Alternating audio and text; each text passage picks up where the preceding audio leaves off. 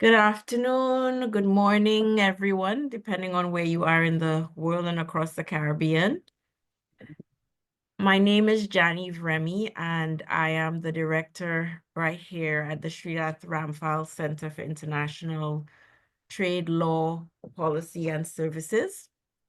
And it is my absolute pleasure to welcome you all to this year's SRC's International Women's Day celebration, where we take the opportunity to honor and to highlight contributions of Caribbean women in trade.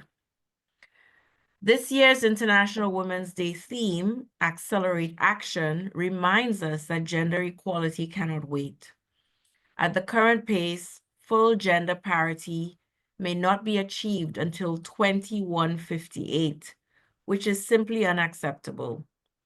This is why we at the Srinath Ramphal Center remain committed to highlighting and empowering the voices of Caribbean women in trade, ensuring that they are recognized, included, and celebrated. A key part of this commitment is our annual recognition of outstanding Caribbean women in trade. Since launching this initiative in 2022, the SRC has honored women whose leadership, innovation, and dedication has helped shape regional and international trade. Our past honorees include Dame Billy Miller in 2022, a pioneer in Caribbean trade negotiations as well as government policy. Ambassador Gail Matherin in 2023, a leader in regional and global trade diplomacy and again policy. And last year, Dr. Listra Fletcher Paul, a champion of sustainable agriculture and trade, and who's recently published a book on food security. But what exactly do we look for in selecting our honorees? The SRC Distinguished Women in Trade Award recognizes women who have demonstrated exceptional leadership and impact in trade-related fields. Our selection criteria focus on visionary leadership in trade, development, and policy, a track record of shaping trade negotiations, business agreements, or institutions, innovation in tackling trade-related challenges, commitment to advancing women's participation and training and education in trade, and mentorship and advocacy for the next generation of professionals. Honorees must be Caribbean nationals and have at least 20 years of experience holding leadership roles across government, business, academia, and/or civil society. This year, we are especially pleased to broaden our scope from the previous honorees to recognize a woman whose impact spans both private sector development and education.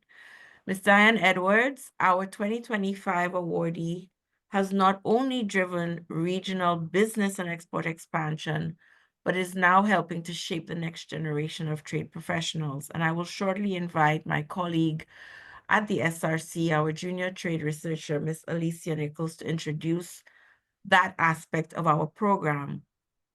After the first award ceremony, the second part of today's event turns to another aspect of outstanding women in trade across the region, this time and the world, looking at women who are helping to shape climate shipping negotiations at the IMO. While we are about celebrating in trade, we also want to highlight their role in shaping negotiations, especially in the area of shipping and climate action. So after we have concluded our first session and our award ceremony, we invite you at 1 p.m. to join our panel discussion where I will co-host with Ms. Jada Sutherland the panel discussion on women in climate shipping negotiations at the IMO. So without further ado, we turn to our first session today, which is honoring our 2025 Distinguished Caribbean in Trade Women's Award. And I turn to my colleague, Ms. Alicia Nichols, to introduce our awardee. Over to you, Alicia. Thank you. Thank you so much, Jan, and good afternoon, everyone, or good morning to you, those of you who are joining from the beautiful island of Jamaica. Thank you so much, and special greetings to Miss Diane Edwards, or SRC Distinguished Woman in Trade of the Year 2025. It's my pleasant task to moderate this segment of today's event, and the name Diane Edwards is familiar to many of us in the areas of trade or business development. And as Jan outlined the criteria that we looked at, and when we thought of the theme of this year, Accelerate Action, then really and truly, when we think about a woman of action, Diane Edwards was pretty much one of the first people and the person we ultimately decided on to confer this award to. As many of you know, she currently leads the professional services unit, the consulting and executive education arm of the Mona School of Business and Management for the past 2 years. And prior to this, for 9 years, she served as the president of Jamaica's Export Promotion and Investment Promotion Agency, JAMPRO, where she and her dedicated team led to the expansion of the business process outsourcing sector from 12,000 to 60,000 employees, attracted investment in 12,000 new hotel rooms, managed and supervised a number of well-known international and locally funded projects, including their award-winning Export Max program, the National Investment Policy, and the National Business Gateway project. And she also has very deep private sector experience. From 2003 to 2013, she was general manager and director of J. Ray and Nephew UK Limited, where she achieved the company's first years of profitability and built the company's turnover by 77%. And amidst all of this, she still finds time to have fun. She's a lover of literature, fine arts, yoga, and scuba diving. Ladies and gentlemen, this is just briefly a small synopsis of this remarkable and trailblazing lady. And therefore you see why we chose her as our Woman in Trade of the Year. But don't take my word for it. I want you to hear from some of the people who know Miss Edwards quite well, who worked with her, person she has mentored, and who have kindly and enthusiastically agreed when we reached out to them to deliver some short words of tribute to her today. So this is how we will do it. Today, we will hear some of these tributes. We'll have the conferral of award, and then we'll hear from the lady herself, Miss Edwards.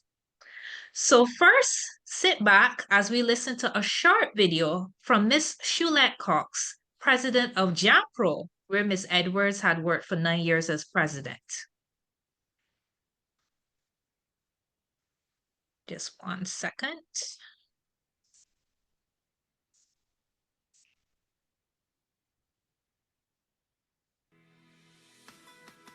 Hi, I'm Shulette Cox, President of the Jamaica Promotions Corporation, JAMPRO, and it is my immense pleasure to recognize and acknowledge Diane Edwards for her contribution as a woman in trade in the region. Diane's contribution as a woman in trade started over 4 decades ago, right here in JAMPRO. She was a member of our team as a trade commissioner in our New York office and eventually our Brussels and London offices. In those roles, Diane was instrumental in garnering partnerships that led to several programs that opened up access to Jamaican goods and services into the US, UK, and European markets. Over time, she would leave JAMPRO to join one of Jamaica's largest exporting companies, Ray & Nephew Jamaica Limited. In fact, Ray & Nephew remains Jamaica's #1 exporter. And while in London, as the head of that company, Diane continued to drive Jamaican trade into the UK by creating a brand for Ray & Nephew that was mainstreamed and no longer seen as just an ethnic Caribbean brand. Coming back to JAMPRO as president in 2013 made Diane's journey come full circle as a woman in trade. And as vice president at the time of JAMPRO, it was my pleasure to work and learn from her every day as she pushed all the initiatives across the organization to increase Jamaica's exports. She was instrumental in exporting a number of different products that before had never been thought about as an export product or service. Through our Export Max program, she led the organization to work with over 80 Jamaican companies to ensure that they were built in their capacity and ability to enter new markets, not just regionally, but across the world. Diane was also, as a board member of the Caribbean Export Development Agency, extremely instrumental in guiding the policy directives and operations of that entity for almost a decade. Working with Diane and seeing her passion for trade and her passion for countries across the region succeeding in exporting has been a learning experience for me. And it is my utmost pleasure to recognize and offer this tribute to her efforts, and just to say personally that we thank you for everything that you have done and continue to do as a woman in trade in the region.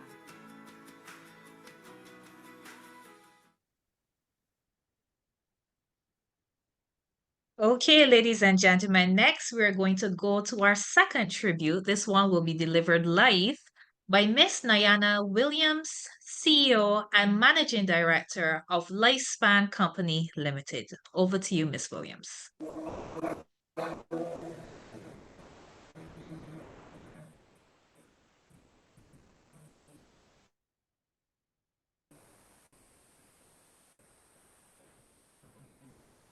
Good morning, ladies. Happy Diane Edwards. As the CEO of Lifespan Springwater Company, I have had the privilege of working closely with Diane in her capacity as the chairman of the Lifespan board, and her guidance and wisdom have been instrumental in driving the success of our organization. Diane's dedication to advancing investment and entrepreneurship in Jamaica and the Caribbean is nothing short of inspiring. Her tireless efforts in commercial diplomacy have opened doors for countless businesses, fostering an environment where innovation and collaboration can thrive. She has not only paved the way for economic growth, but has also empowered many individuals like myself to pursue their entrepreneurial dreams. Now, let us take a moment to reflect on the transformative journey Diane has embarked upon throughout her career. From her early days in the industry, it was clear that she possessed a unique blend of vision and determination. She understood that for Jamaica to flourish in the global market, we needed leaders who could think outside the box and challenge the status quo. Diane embraced this challenge wholeheartedly, and her impact has been felt far and wide. One of the most remarkable aspects of Diane's leadership is her ability to recognize and nurture talent. She has an extraordinary knack for identifying potential in others and providing them with the tools and support they need to succeed.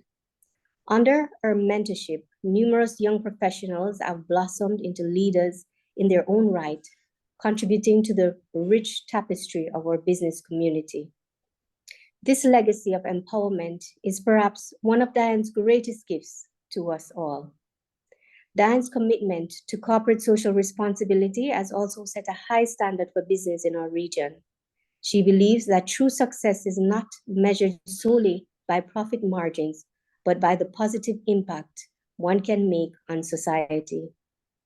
Through various initiatives, she has championed environmental sustainability and community development, ensuring that as we thrive economically, we do not lose sight of our responsibility to the planet and its people. In her role as a champion of trade, Diane has tirelessly worked to bridge gaps between local, international markets. She understands that the Caribbean has so much to offer, yet often struggles to gain the recognition it deserves. By fostering relationships with global partners, she has not only promoted our products, but has also brought invaluable exposure to our culture and heritage. Her efforts have positioned Jamaica as a key player on the world stage, and for that we are eternally grateful. As we celebrate Diane's remarkable achievements today, we are reminded of the profound impact she has had on our community and the lasting legacy she continues to build. Her commitment to excellence and her unwavering belief in the potential of our region have forever changed the landscape of trade and investment. She has shown us that with vision, dedication, and hard work, anything is possible. Let us not forget the countless challenges Diane has faced along the way. The path of leadership is often fraught with obstacles, but Diane has approached each challenge with resilience and grace. Her ability to navigate difficult situations and emerge stronger is a testament to her character. She has taught us that setbacks are merely stepping stones to success, and that perseverance is key to achieving one's goals. As we are here today to honor Diane, let us also reflect on the importance of community and collaboration. Diane has always emphasized that we are stronger together. Through her efforts, she has brought together entrepreneurs, government officials, and community leaders to work towards common goals. This spirit of collaboration has not only fostered a sense of unity, but has also sparked innovation and creativity across various sectors. Congratulations, Diane, on being conferred the Distinguished Woman in Trade Award. You are a beacon of inspiration, and we are all better for having you in our lives. Your legacy is one of empowerment, resilience, and unwavering commitment to the greater good. Let us carry forward the lessons we have learned from Diane's journey and continue to support one another, uplift our communities, and thrive for excellence in all that we do. Together, we can build a brighter future for Jamaica and the Caribbean, inspired by Diane's unwavering spirit and dedication. Thank you. Thank you so much, Ms. Williams, for another very stirring tribute to this very remarkable lady that we are honoring today. And I move now to Miss Dania Ashpool, who I know and I'm happy to say is also an alum of our Masters in International Trade Policy program. So it's always good to see a fellow alum and trade specialist. Over to you, Dania. Just Thanks, a minute, Alicia. Alicia, before you continue. I'm not seeing Diane in the group on this call. Yes, we are working on that. Oh, but she's Thank you. definitely there. She's here, yes. We're Okay. working on that. Thank you. Okay. All right. Thanks, Alicia. It's my pleasure to be here. Good morning, everyone. I usually, as I was telling Alicia earlier, I usually ad-lib, but when I was asked to do this, I had to write things down because of I just wanted to capture the essence of who I have watched Diane to be and who she presents herself as. And I think the focus is really on her leadership and how she leads, that quiet, assured way of leadership. And so I'll now go into my written presentation. So it's really an honor to pay tribute to Diane as she received the Sherlock Ramphal Center Distinguished Woman in Trade Award. While like Diane, I am a JAMPRO alum, I didn't have the privilege of working directly under Diane's supervision as our time at the organizations did not overlap. Notwithstanding the impression that she made on staff during her tenure, particularly when she just joined the organization, is undeniable. Even as a then outsider, the overwhelming positive feedback from staff about her leadership was striking. I remember asking a colleague, "What's the new lady like?" And my colleague, being a straight shooter, said, "I like her leadership style. She allows her team to work." This concise assessment perfectly captured the essence of Diane's leadership, a perception that I've never had a reason to challenge. Our paths eventually crossed when I assumed the role of Director of International Trade at the Ministry of Industry, Investment and Commerce, the ministry under which JAMPRO falls. Through this role, we had the opportunity to collaborate. This collaboration encompassed preparation of ministerial briefs, participation in numerous trade missions, and it's really through those interactions that Diane showcased her true and exceptional leadership. I was particularly impressed by her composed, sure, and assertive leadership style. She showcased her expertise without overshadowing others, but still taking up space. Beyond her professional accomplishments, Diane readily shared her extensive experience, both corporate and personal, with colleagues. She moved with grace and an assured power, a confident demonstration of her knowledge and worth, all without a hint of arrogance. This is truly a valuable lesson for younger professionals, demonstrating how to lead with strength and humility. Diane's achievements serve as a powerful example of aspiring leaders. And this award is richly deserved. Inspiring leaders, sorry. And this award is richly deserved. Furthermore, Diane's success as a woman in trade is particularly noteworthy. She has not only confidently navigated a male-dominated field, but has also actively created opportunities for other women. I experienced this firsthand. Last year, while heavily pregnant, Diane entrusted me with an important project with an imminent deadline. Many might have hesitated, questioning my ability given the circumstances. However, Diane's trust in my capabilities, a stark contrast to the self-doubt women often face, especially under those circumstances, was unwavering. Despite going into labor earlier than expected, I was driven to deliver exceptional work, a testament to the space and support she created. I extend my heartfelt gratitude for that opportunity and the confidence she placed in me.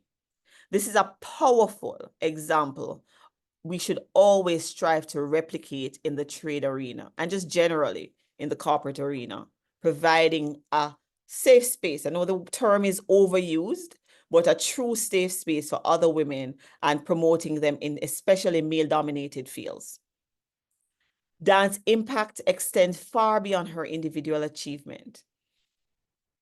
Her leadership at JAMPRO and her work with the ministry fostered a collaborative environment, and I believe both Shalette and Ayana spoke to that, and yielded significant results for Jamaica's trade sector. I witnessed firsthand the positive ripple effects of her dedication and strategic vision, influencing not only her direct reports, but also shaping broader national trade policies. Her legacy is one of tangible progress and lasting influence, making her truly deserving of this prestigious award. Kudos to you, Diane. I extend my personal congratulations to you in receiving this prestigious award. And I just want to say that you have shaped my life. And from the tributes that I've heard so far, and I'm sure the tributes that I'll hear, the impact has gone far and wide.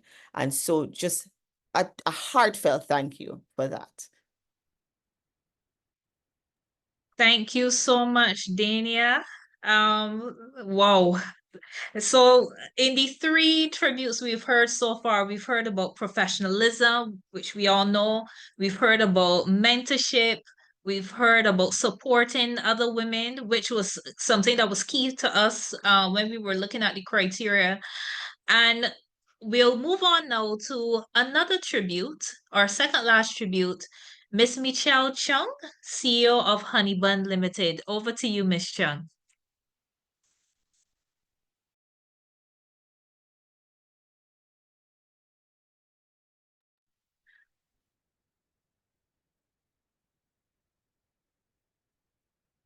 Morning, ladies. It is so good to be here, and a very special good morning to you, Diane. It is so good to see you. I am Michelle Chung, and of Honeybun. I'm CEO at Honeybun, and I'm the founder of the Honeybun Foundation, which supports SMEs by building business models. On the Sorry, Michelle, I yeah. don't know if you don't want your video on because it's not on. Okay, let me put it on. There we go. So on this special occasion of International Women's Day, we take a moment to honor, and everybody said it before, so you know it must be true, an exceptional leader, and a quiet one, which is what leadership is mostly about. Diane, whose contributions to the public sector have left an indelible mark. As CEO, Diane led with a unique blend of humility, knowledge, and a deep understanding of the global landscape in which she operated. She was a beacon of professionalism, which we've heard before, ensuring that her team executed with precision, excellence, and integrity. Her leadership was not about dominance, but about quiet wisdom, listening intently, understanding deeply, and responding with both grace and authority. In a space often dominated by high-profile men, Diane navigated boardroom discussions with a quiet confidence. She understood that leadership is not about imposing, but about understanding, guiding, and inspiring. And she inspired me. Even when faced with challenges and diverse perspectives at the board level, she remained steadfast, composed, and committed to the vision at hand. And I emphasize composed. What stood out most about Diana was her ability to uplift and empower others. As a woman on the board, I will always remember how she recognized my presence, valued my contribution, and acknowledged my ideas and the ideas of each member on the board. She made space for voices that often went unheard, ensuring that perspectives were not just welcome, but respected. This, in my opinion, is true leadership required for the future, and those she imposed her mark on. This is what the Honeybun Foundation calls leadership to the nth power, and it is important for our future. Diane's legacy is one of service, strength, and unwavering dedication. She has set an example for many of us, showing that true leadership is found in the ability to listen, adapt, and execute with excellence.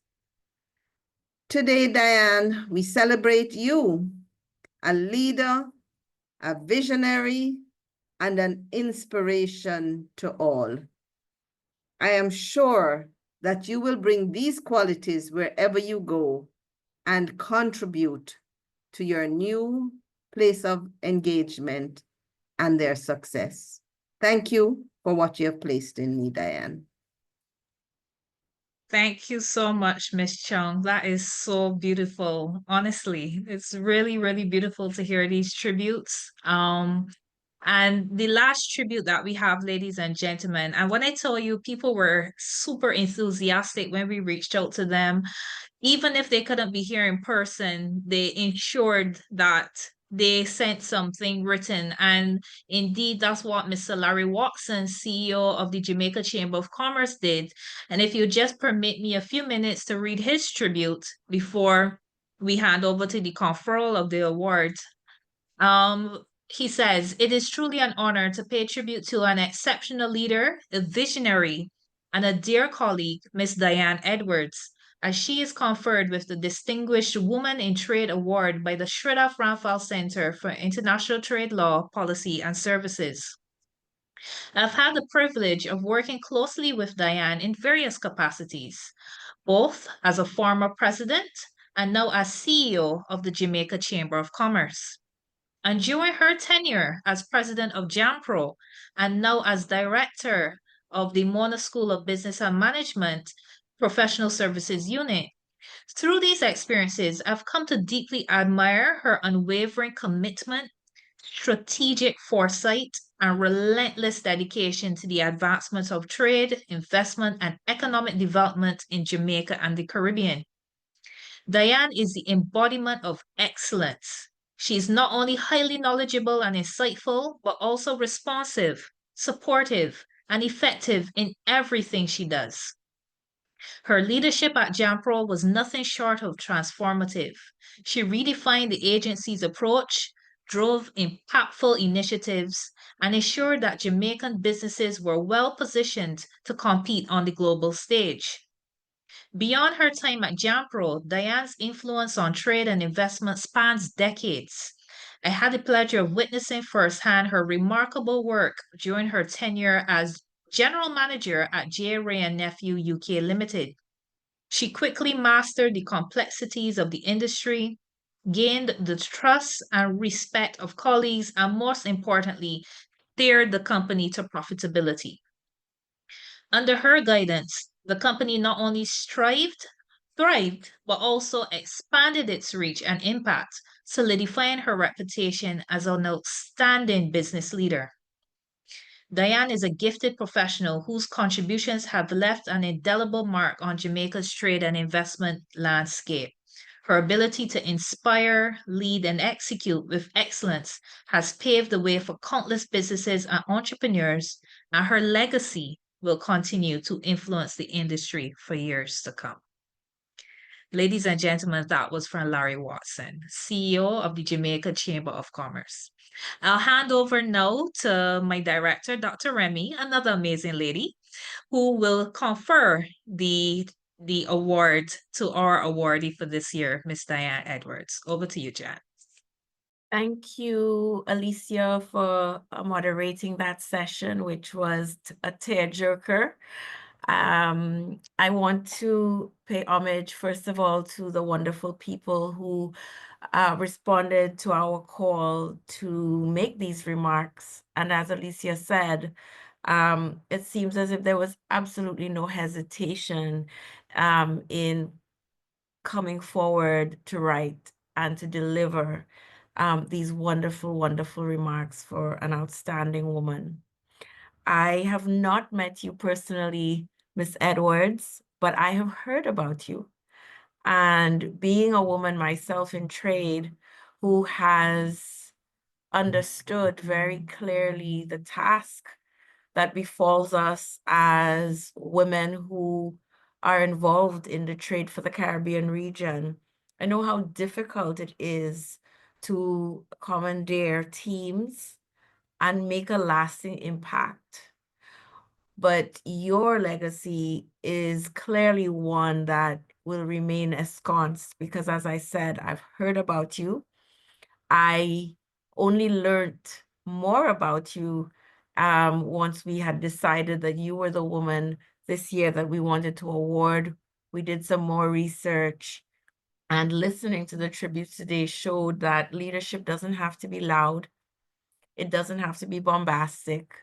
It can be quiet. It can be truly heartfelt. It can be tender. And it can be forceful all at the same time. None of these things have to be sacrificed on the altar of being visionary and a leader as a woman in these times. Your award comes as our fourth installment. As I mentioned at the beginning, the SRC Award for an Outstanding Woman in Trade started in 2022 with the award to Dame Billy Miller, followed by Ambassador Gail Mathern, and last year was Dr. Listress Fletcher Paul. And what we have found when we've contacted women for the award is they're often surprised, either because, I don't know, maybe they've been overlooked before, or they're surprised that people are really watching and looking up to them in this way. So it's the floor is not mine. It's really your day. Unfortunately, you're not here with us here in person, but this is the award that we will confer on you. I don't know if you're visiting. I know you were recently in Barbados, but maybe you will travel here again, or we'll get it up to you. But it says Sridath Ramphal Center celebrating International Women's Day. Well, March 8th, 2025, awarded to Diane Edwards for outstanding service in international trade. So on behalf of the management, the staff, and the team here at the SRC who all work together to make this possible, and I would dare say on behalf of all of the women and men of the region, it is my pleasure to bestow on you our outstanding recognition of outstanding service in international trade in 2025 for this year's award from the SRC. And without further ado, Miss Edwards, I will allow you to unmute your mic and say any words you would like to at this time. Thank you so much again for doing us the honor of accepting this award. Well, to say I'm overwhelmed is really, I'm really a bit taken aback by the level of tributes and really the outpouring of support. I have to say to all the distinguished women who have spoken today, I really, really, really am very, very deeply touched by what you've said. I don't recognize the person you're talking about, but I am very deeply touched. Let me first say Happy International Women's Day to everyone. I think this is a celebration which is even more important because of the condition that a lot of women live in across the world and the growing misogyny that we are still seeing in parts of the West, which is really kind of shocking to me because I thought we had grown over this. Let me also say a huge thank you to the Sridath Ramphal Center for International Trade Law Policy and Services, and to you, Dr. Jan Eve, because I really don't know why my name came up, but I was totally surprised, and I am really humbled to receive an award from this, because basically, I guess my motivations are about trying to excel and trying to help other people. Those are the two things I think that have been my hallmark. And so I am really humbled and touched to receive this, especially from an institution that bears the name of such a Caribbean titan as Sir Sridath was, and led by an eminent international advocate for fairer trade policies for SIDS and for the Caribbean, which you are, Jan Eve, and I've seen you on so many different panels that really, I think I know you, even though we may not have physically met, but I definitely know you from your work, and that's why I am so deeply honored by this. I have to say to those who really paid those tributes, I don't know who you're talking about, but if I have made that kind of impact in your life, I am deeply grateful and humbled. With Nyana, Nyana has allowed me, someone who doesn't know anything much about the world of water, to chair the board of Lifespan. And she has placed a lot of confidence in me. And I think it has really been a joy to watch her as a woman also grow and to really have some small role to play in nurturing her development. As for Michelle, well, Michelle was a tremendously supportive board member during my tenure at JAMPRO. And she herself is a formidable business leader who has taught me really a lot about growth, about thriving, and about giving. So all these women that we are celebrating today, Shalette Cox, who was a leader of my team and who used to tell me, you're a rock star. So all of these women I have fed off in one way or another.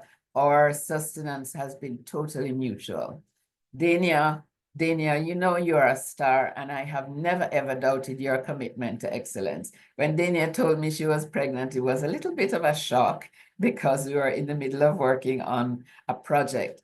But I knew Dania would come through. I never ever doubted her commitment to excellence. And I'm really glad that I did stand steadfast in that, because Dania is a star.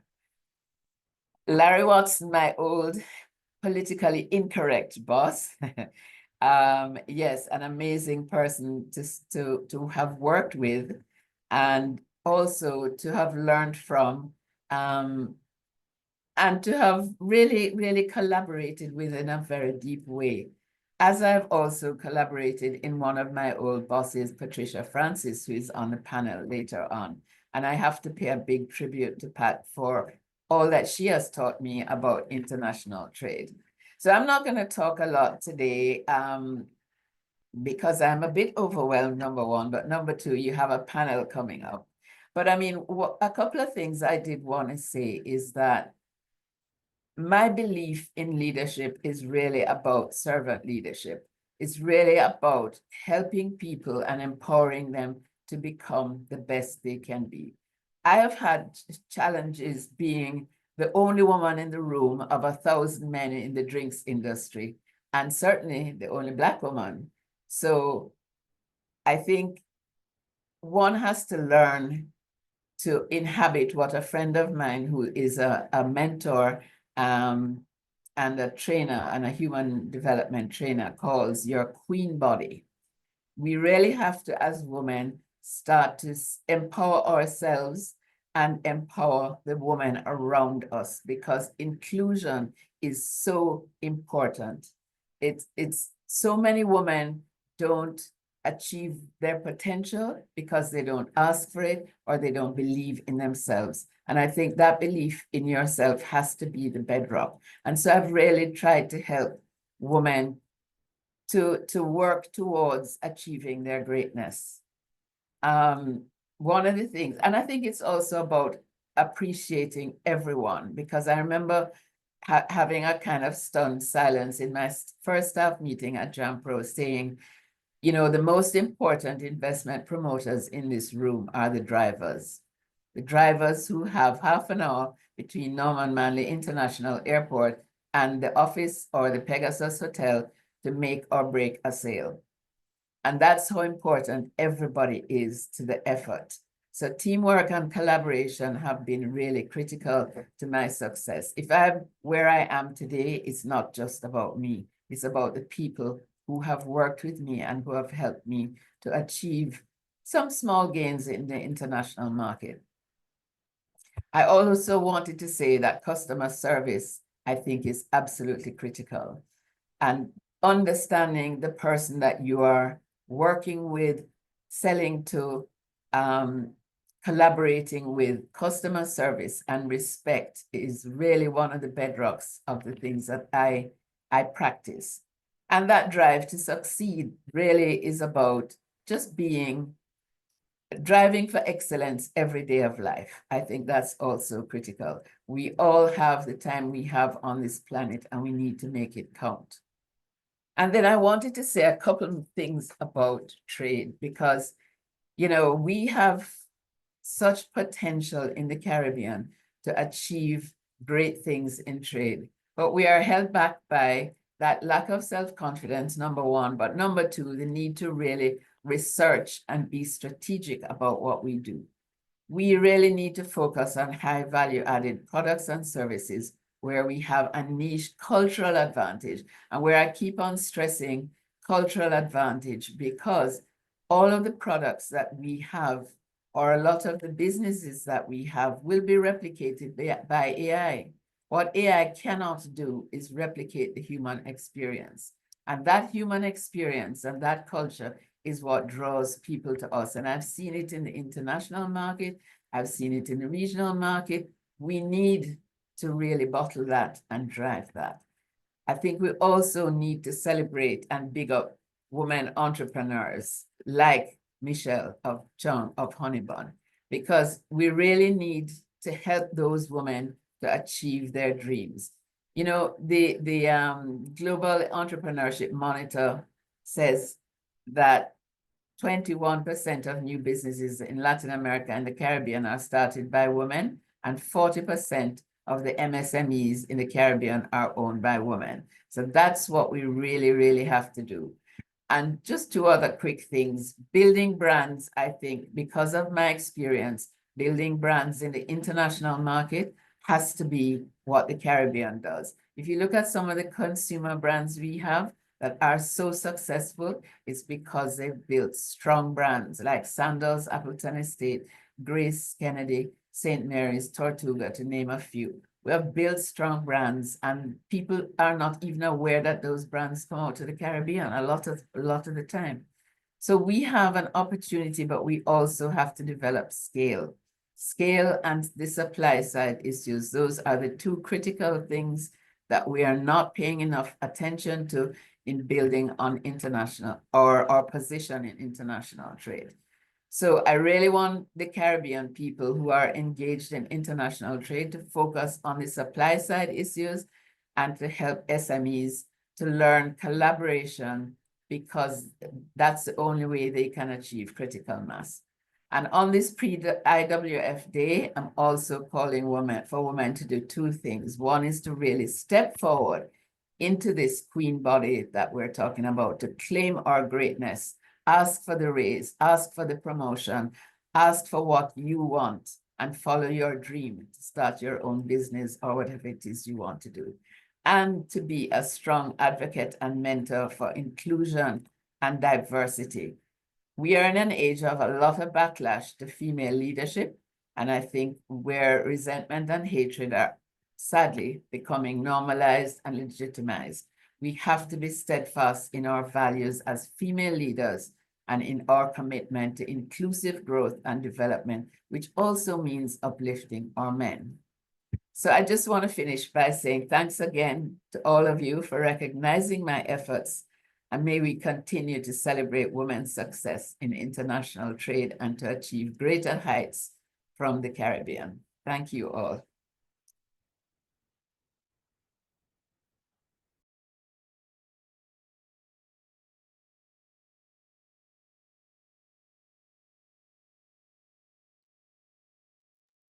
Thank you very much, Miss Edwards, for those very stirring and sage words of advice.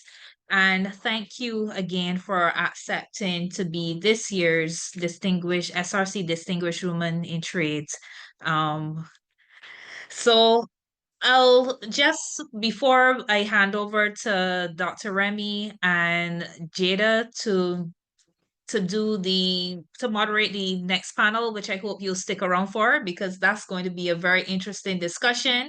I just want to say thank you to everyone for joining in us to celebrate Miss Edwards. Thank you, Miss Shulette Cox, who appeared on video, Miss Nyana Williams, Miss Dania Ashpool, Miss Michelle Chung, and Mr. Larry Watson, who sent in his tribute to us. Thank you so much for taking time out of your very busy schedules to pay honor to Miss Edwards and to celebrate with us here at the SRC. And thank you as well to the entire SRC team for making this possible. I'll hand over now to Jan and Jada, who will moderate the next session. Thank you so much. Please stick around. Thank you, Alicia, for your expert leadership in putting together the program, and also for moderating an interesting and very heartwarming session.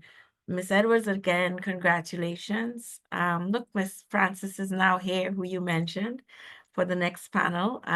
She was paying homage to you, Patricia. So thank you all for sticking around for the entirety of the first hour, everyone. And again, happy International Women's Day to all of you wonderful women. This is for each and every one of you that deserves this just for being you. If we can't do it today, when can we do it?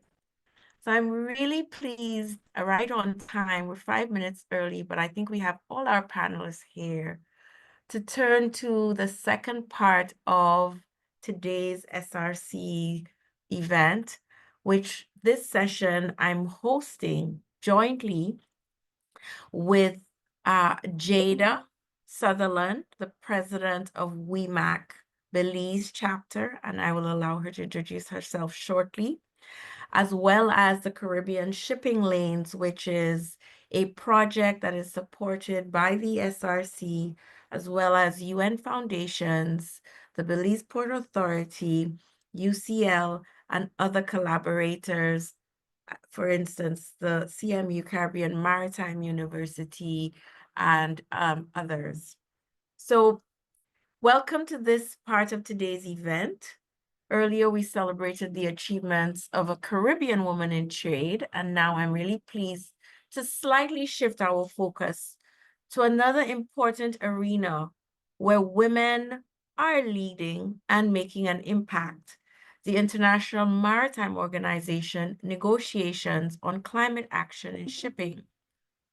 Today's panel, as I mentioned, is co-hosted by the SRC, Women in Maritime Association Caribbean, WIMAC Belize, and Caribbean Shipping Lanes, which I have the privilege of directing. Our collaboration reflects a shared commitment to highlighting the critical role of women in shaping international trade and climate policy. We are honored to have with us an esteemed panel of women who are actively engaged either in the IMO process itself or in background work that is going to be key to these international maritime organization negotiations as they work to help shape a fair and more sustainable future for international shipping, and in particular SIDS and least developed countries. Before introducing them, let me take 2 minutes to provide some context for this part of today's discussion. The shipping industry is responsible for almost 3% of global greenhouse gas emissions.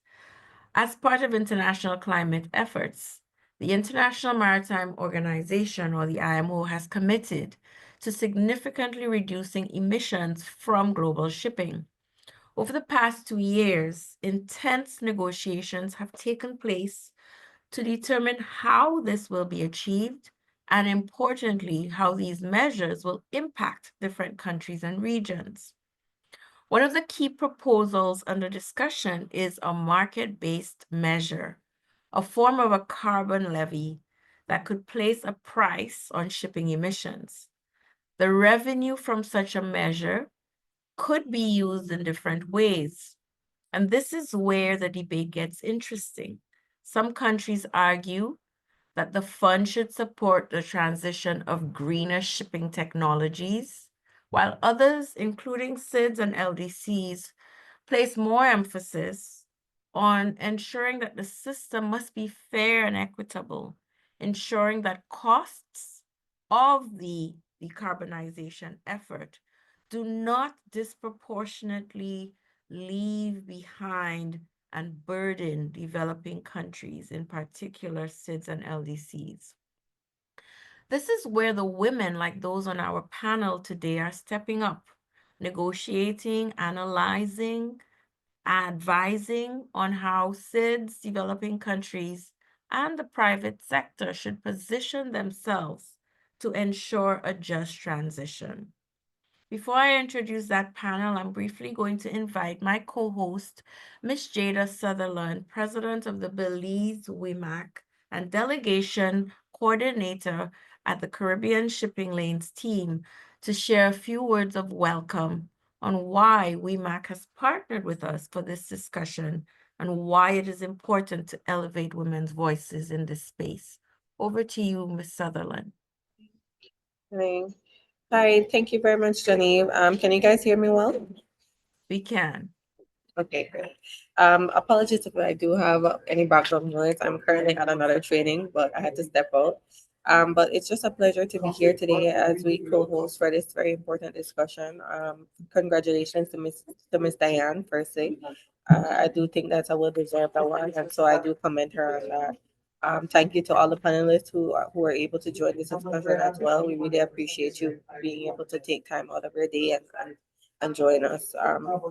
My name is Jada Sarlan. I currently serve as the director and president of the Women in Maritime Association Caribbean, the Belize chapter, which is a national chapter of WIMA. As president, my role is pretty much just to lead and help grow our chapter and ensure that we are empowering and supporting women in the maritime sector through networking, mentorship, training, and pretty much advocacy. We have 45 members representing various maritime organizations. We are pretty much committed to increasing gender diversity in the industry, but also promoting leadership opportunities for women. We are actively engaged in outreach activities, policy discussions, training programs, and regional collaborations. And that's why I believe that us being a part of this discussion and being a part of this webinar is really important. Just being able to facilitate collaborations like this going forward is going to be important for the chapter itself to get more visibility in the maritime sector. In addition to my role, Johnny did mention that I also currently serve as the regional coordinator for the Caribbean Shipping Leaders Project. So this is an initiative that focuses on strengthening the Caribbean's region, um, our voice, particularly on decarbonization and sustainability efforts. So as coordinator, I work closely with Janine, the United Nations Foundation as well, among other leaders within this group. And we are working with several Caribbean countries like Belize, Antigua and Barbuda, for instance, Barbados, Trinidad and Tobago, St. Lucia, and other countries. And it's just pretty much my role there is to ensure that these nations have a unified and also an impactful presence in key shipping discussions. So we are really looking forward to this discussion today and hearing from the panel members. Thank you, Jenny.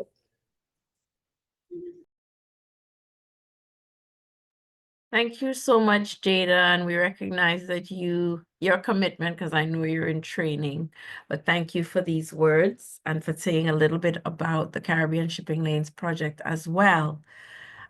Now, without further ado, I know this is why those of you who've remained for this session, why you're here. We're going to briefly first introduce the panel, and then the way we will conduct this conversation is I've asked each of the speakers to present on a question that I have posed to them as a way of sparking a discussion. These women are very highly knowledgeable about the intricacies of the IMO negotiations or the Caribbean's response to it. But we're trying to level set and ensure many people who are on this call may not even know about these IMO negotiations. So the idea is to give a perspective, not just from the Caribbean, but also from other negotiators from around the world who are deeply involved in the negotiations and can provide that sense of perspective of how different parts of the world are responding to these measures and what may be the approach going forward, because we're at a very intense stage of the negotiations, and I'm hopeful that some of that will come out in the conversation. So without further ado, in the order in which they will speak, I will start with introducing Ms. Atina Schutz. She is a lawyer and climate negotiator representing the Marshall Islands at the IMO Greenhouse Gas Climate Discussions. She has been at the forefront of advocating for ambitious climate action in the shipping industry and has also represented her country at the UN Plastics Treaty and the UNFCCC Conference of the Parties, or COP negotiations. Welcome, Atina, all the way from the Pacific, and I know it's very early in the morning, so we're so grateful to have you. Next, we will hear from Ambassador Roletta Camacho Thomas. Ambassador Thomas is Antigua and Barbuda's Climate Ambassador and Deputy Parks Commissioner at the National Parks Authority. She has extensive experience in climate negotiations and has played a key role in integrating environmental policies into national and regional trade and development frameworks. And she distinguished herself as a representative of her country at the last set of negotiations that we attended in London at the IMO. Welcome, Ambassador. We now will introduce Dr. Helvi Petrus.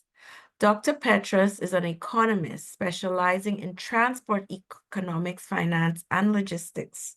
She is a senior lecturer at the Namibia University of Science and Technology and a transportation commissioner advising on key economic policies affecting the maritime and transport sectors. And again, I met Dr. Petrus recently at the last set of meetings in London at the IMO, representing the perspective of some of the African countries. Welcome, Dr. Petrus. It's lovely to have you here. And I know also your colleague, Dr. Dola, is also present here, and we will hear from her as well after the panelists speak. So welcome to you both. Last but not least is Ms. Patricia Francis.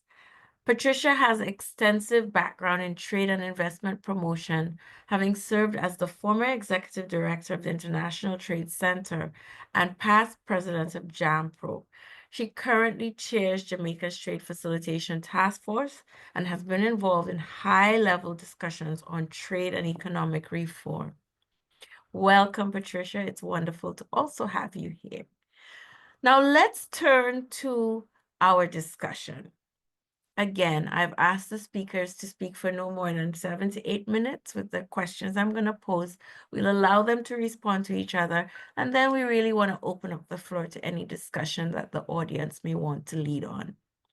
So first of all, let me turn to you, Atina, who I know you have been a leader in calling with the rest of the Pacific, and you all have really led the charge for SIDS for a very long time in these international maritime organization negotiations, especially in calling for what we call a universal carbon levy at the IMO.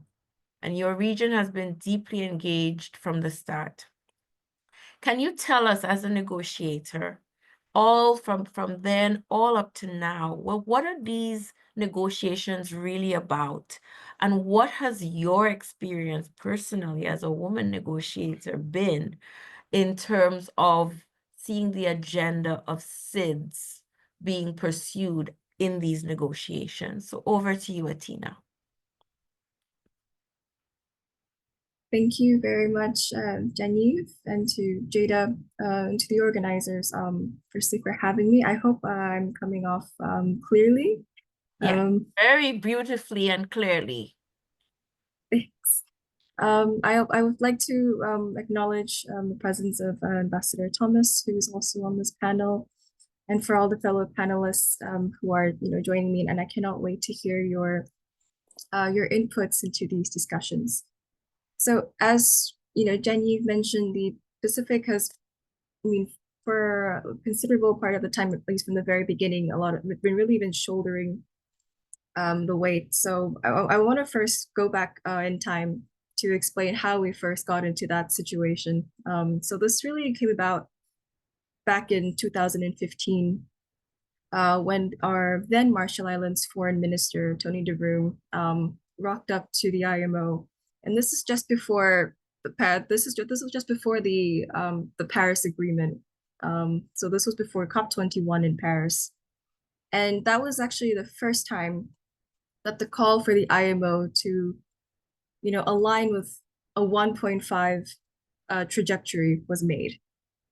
And it was during that call that he had additional Pacific ministers present who also supported that call. And that was actually the first time that we had this coalition called the Six Pack Plus.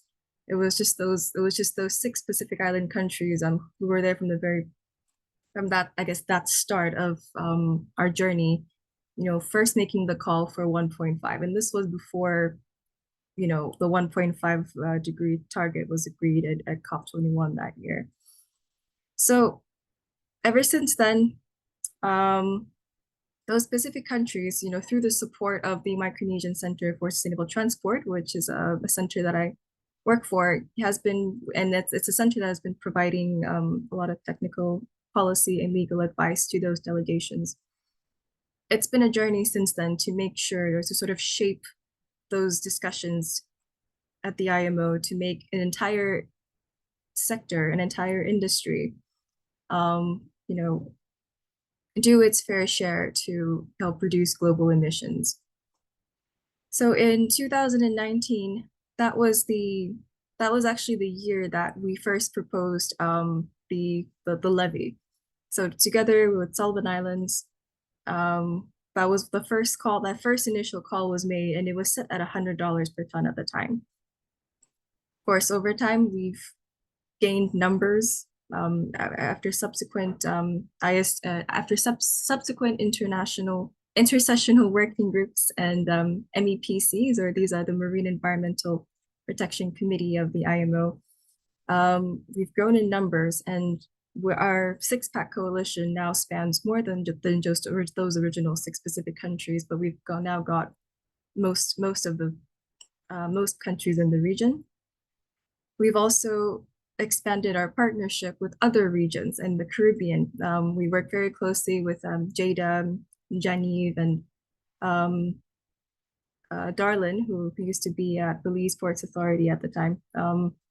That partnership and that friendship between our delegations and our regions really helped to increase the presence of, it really helped increase everyone's awareness of SIDS in that space.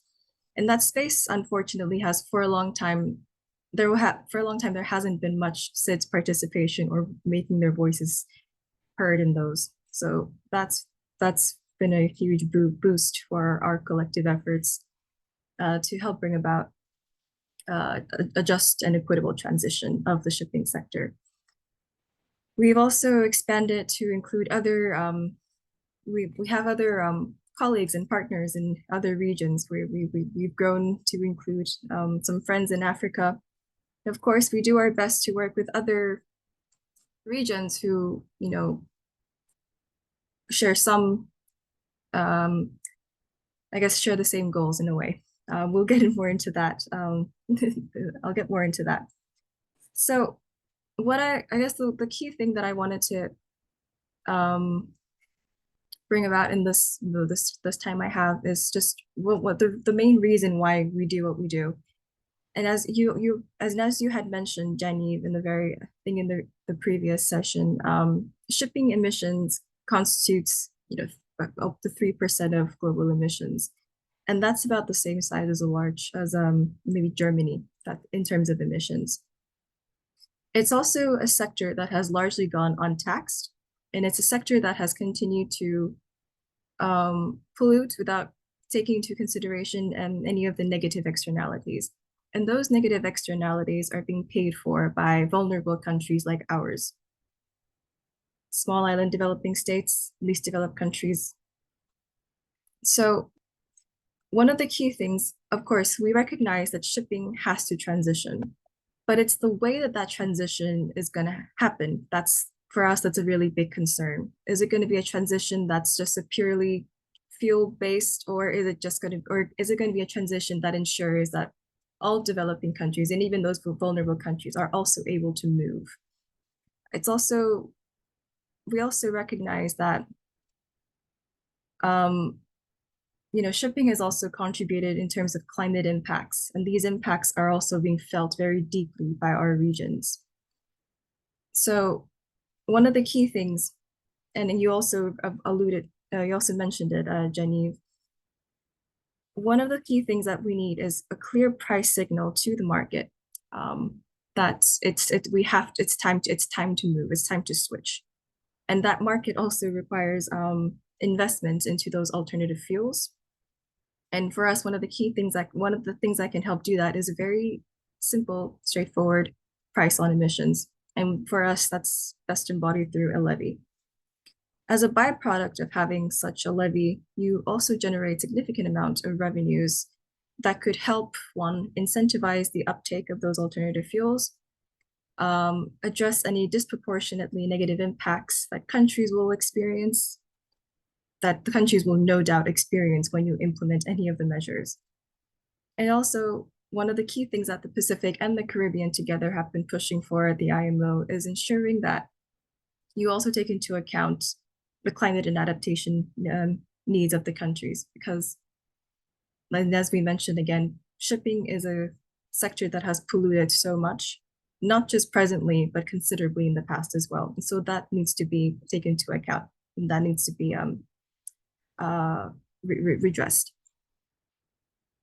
So we're at the stage now where countries have agreed, we agreed to a timeline back in 2023 to agree to a set of measures by this year. And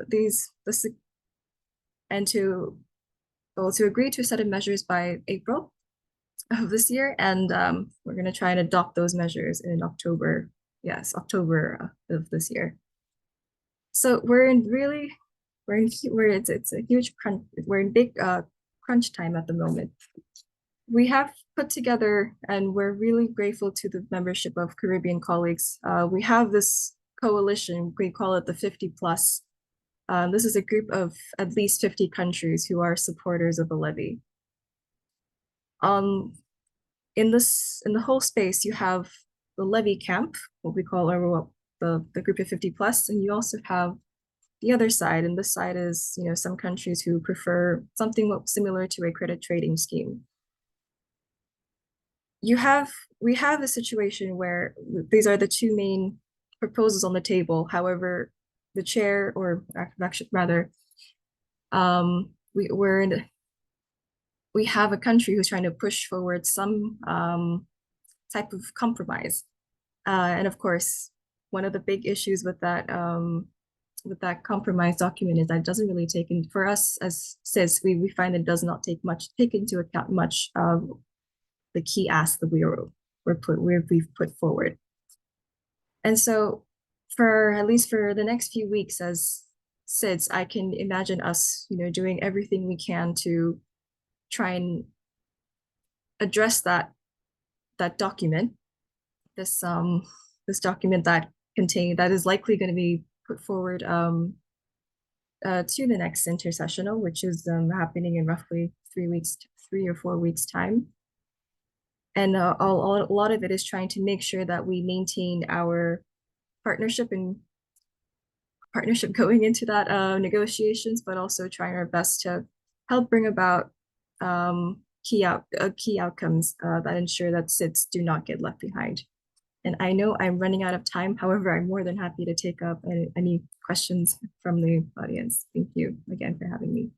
No, thank you so much. You're a little over, but I allowed you to because I think you were giving really great context for the next set of questions. And I will ask you at some point what it is like to be one of the few women who are actually representing your country in these negotiations, which my impression is very, very male dominated. We have quite a few women, but it is a very male heavy set of negotiations.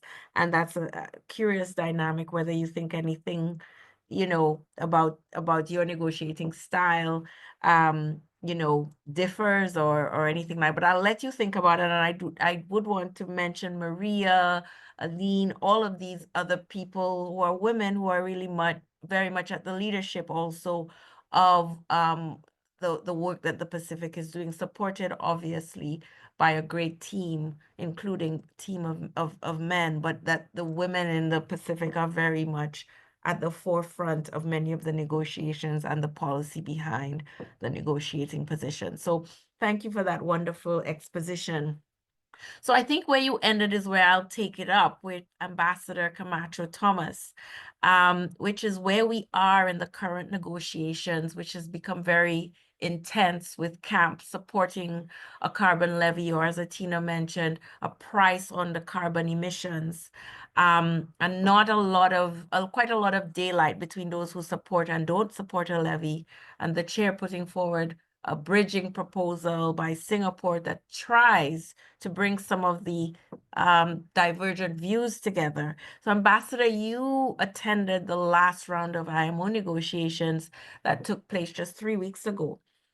As a newcomer relatively to the negotiations, but somebody who has been a seasoned negotiator in the COP, UNFCCC negotiations, and also working on policy on the ground in Antigua and Barbuda and with a lot of stakeholders in the energy transition, I'm curious about what your takeaways for the meeting were.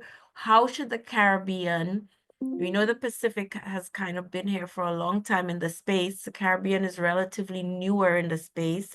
How should the Caribbean, in your view, prepare for these negotiations in 2 weeks' time? And what are the strategies that you think would be key for the region to present a united front? Over to you, Ambassador Camacho Thomas. Thanks again for being here. Thank you very much, Dr. Remy, for your kind introduction. And thank you to Atina for giving us the background, which I think is very important. And I'd also like to acknowledge my fellow panelists, Mrs. Francis and Dr. Helvey. Good morning, all. I'm going to say good morning in honor of Atina. All right, so I am a newcomer to these specific negotiations. I have a reputation of shaking things up. I I follow my own drumbeat. And one of the things that I would say in terms of where I see the negotiation standing is that, and I think this comes from me as a woman, I have taken the time in the room to listen to the perspective.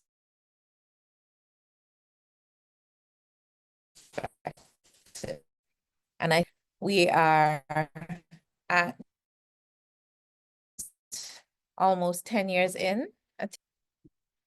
And what I heard in the room and picking up what I heard in the room are very real concerns from our partners. So while we have pushed forward a position that we have carved out and has been well thought out and well investigated, there are concerns with that position. And there are alternate views that other parties have. And in the negotiation setting, which I'll comment on the setting we're in, by the way, but in a negotiation, at some point, we have to begin speaking with each other and understanding each other. And I approach these things from a very feminine perspective. And I was listening to some of the remarks being given to the awardee today. And I think as negotiators, you can lead and you can convince people without having to be very disruptive. And in these negotiations, I think a big issue is communication of our needs and communication, the style of the negotiations, I find does not facilitate for good communication. So that's the first comment that I would make.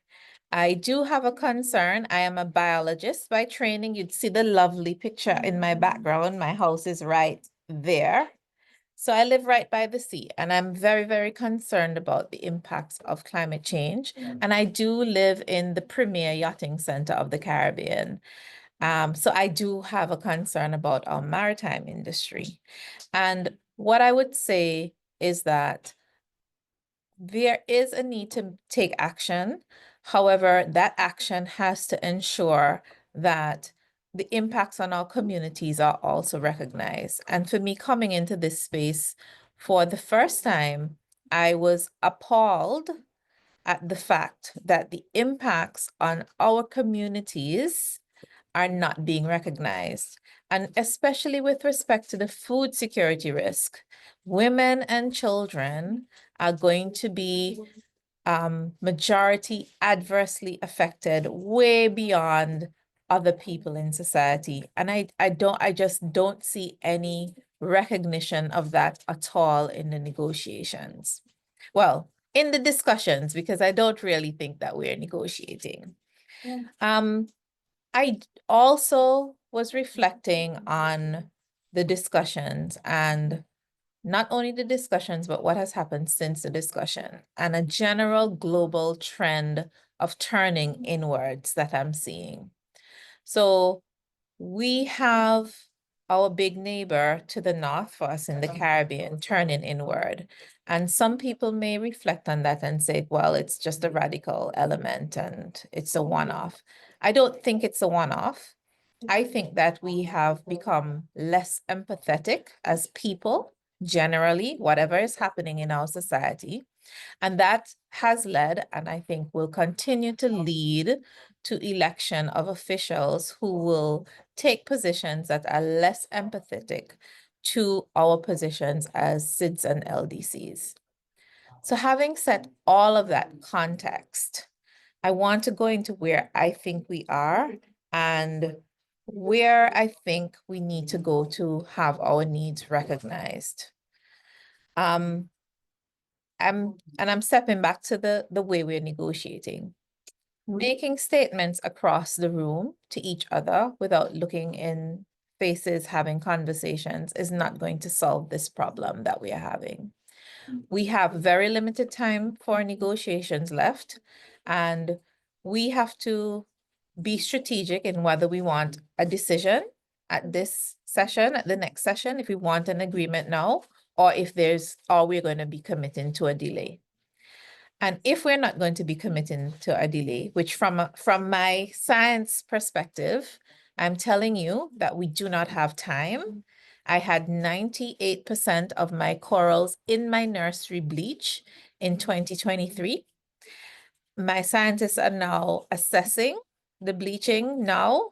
So it's out of the 98%, the 7% left is what we are counting. And even though shipping is only a small percentage, everybody needs to take action. And so I don't think that it would be a wise move to entertain any delay in having an agreement, right? So that's one. The second thing, I think we have to acknowledge that this transformation is going to be private sector driven. And I think that we have to acknowledge that looking across all the other global agreements, the transformation and the implementation of policy is going to have to have private sector support. It's going to have to make business sense.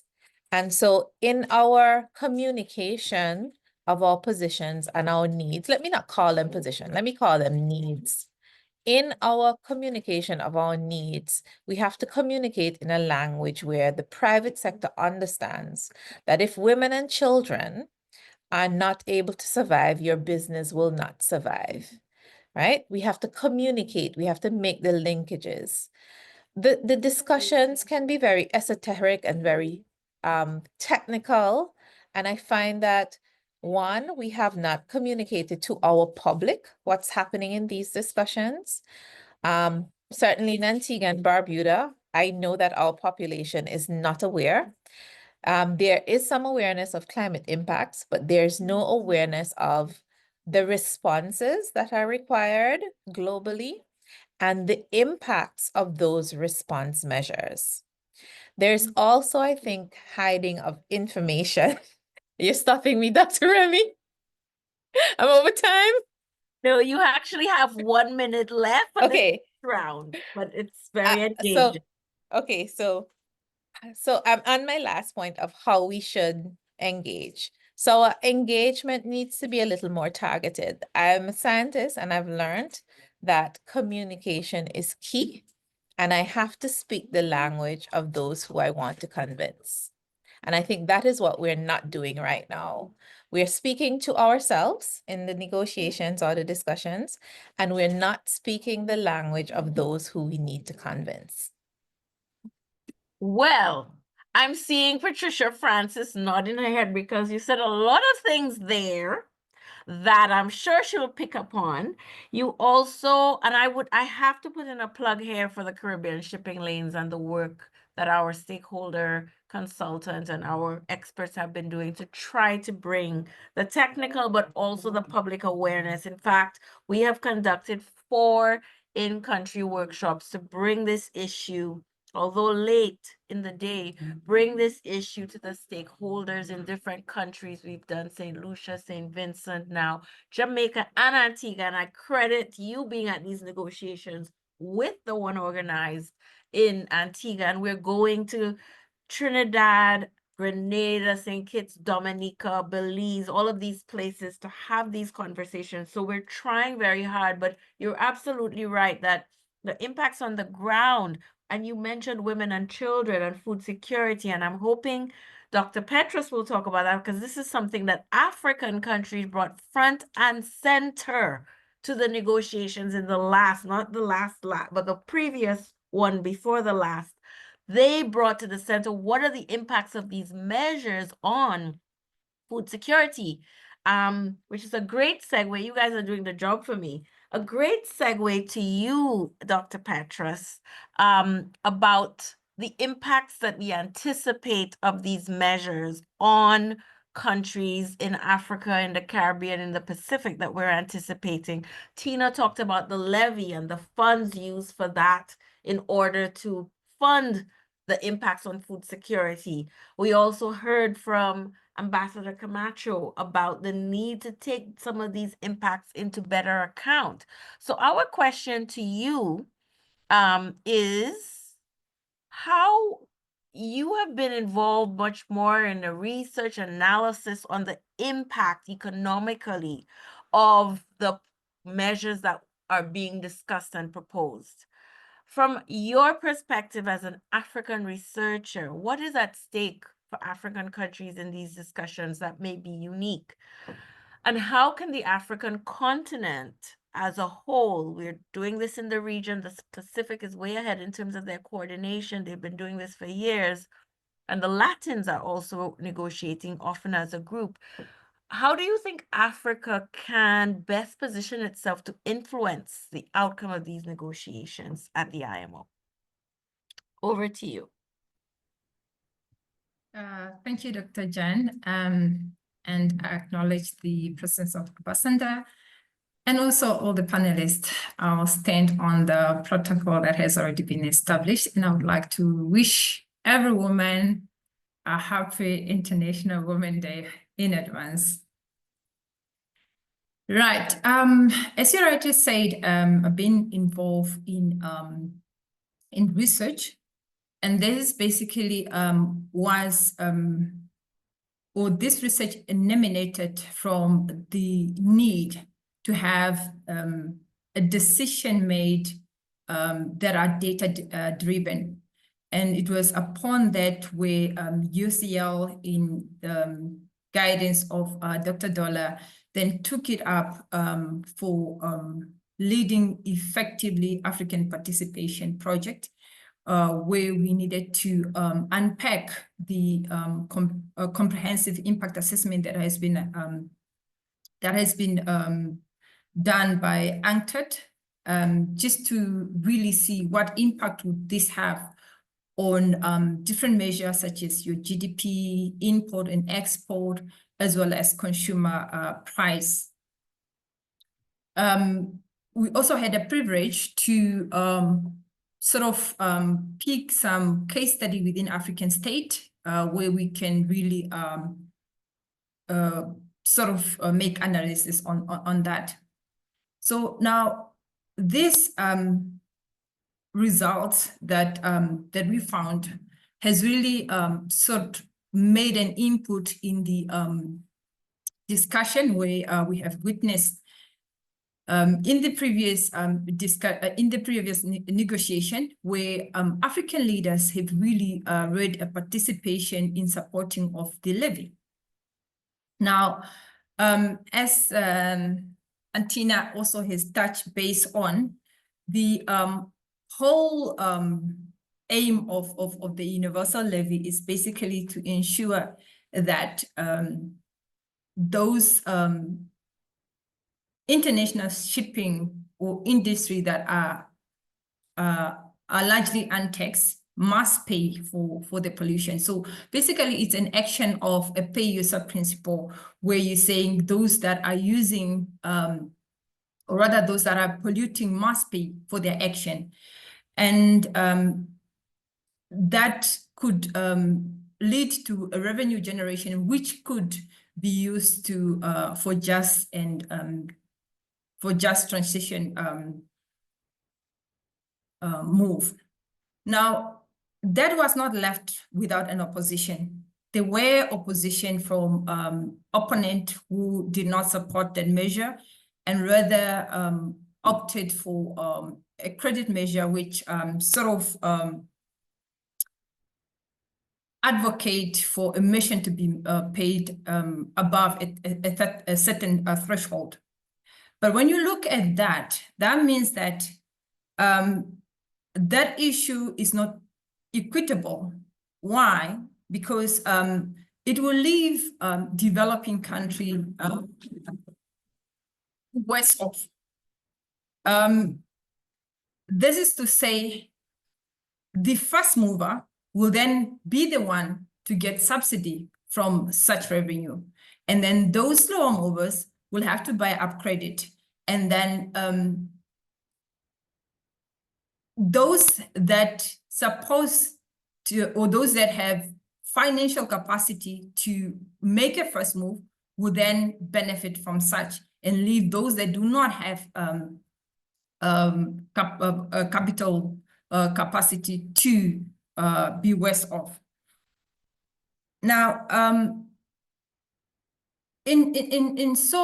having said that, we are of the option of levy, as found by our analysis that we have conducted, that the levy, as it was said, that it could be costly and it could cause damage to GDP, for instance. It's not the case as it may. And thus, we then dismiss the claim that a levy could cause harm. And so we then recommending that if we are to consider a levy, or if a levy could be considered in this negotiation, then it could lead to a just transition within the shipping industry.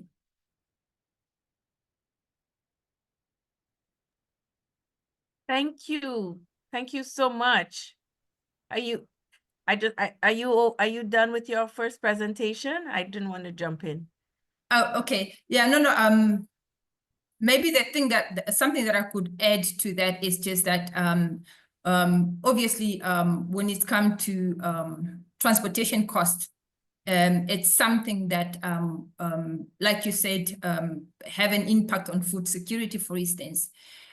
So if in most of African countries, we are heavily dependent on import, and that means that if transportation costs, for instance, could increase, it could lead to higher costs of food, and that is not good for food security. And so to guard against that, one has to put a measure that is in support with or that it can make developing country better off and not leave them in a worse position. I thank you. Thank you so much for that. And you began to go into some of the technical economic analysis that makes these negotiations not just technically challenging, but also politically very challenging, because everyone accepts that the carbon pricing or the levy is going to increase the costs overall of shipping it, because every ship will have to pay. And we didn't go into a lot of the technical difficulties and the technical nuances of the discussion, but just to say that there are different price-based mechanisms that different countries are proposing. The SIDS, the LDC, many of the LDCs, and now the European Union and some of the industry is actually a cohort in support of the levy, even if there is an acceptance that the price of shipping, the price of transport will go up. But you mentioned the comprehensive impact assessment that the UNCTAD analysts overall found that in the medium and longer term, the levy would have the least disproportionately negative impacts, because whatever would be collected from these ships would then be reallocated to developing countries, in particular SIDS and LDC, to pay for the transition. And there are other proposals on the table that would, as you mentioned, Dr. Petrus, would be about credit trading. So those who comply with a certain fuel standard would not have to pay or would get credits, and those who do not comply, which would be inevitably some of the ships in our parts of the world, would have to pay. And so the question is, where is the best option for SIDS for the transition. I'm cognizant of something Ambassador said, which is we will have to make some compromises at some stage because the negotiations are extremely tense right now, with different countries really holding fast to their positions. And so it now enters into the territory of who gives up what, where is the compromise? There haven't been many discussions about the levy price so far, or at what stage there should be compromise, and some countries think it's too early to make any compromises. So the technical and the political in these negotiations have become very fraught. And I think that's what our negotiators and those who are present are sort of giving a sense of. So thank you very much for that and for introducing some of the technical difficulties of some of the proposals on the table, Doctor. Now, last but not least, we heard the talk about the impact on the region. And one of the things, again, Ambassador Camacho Thomas said is we need to hear from the private sector.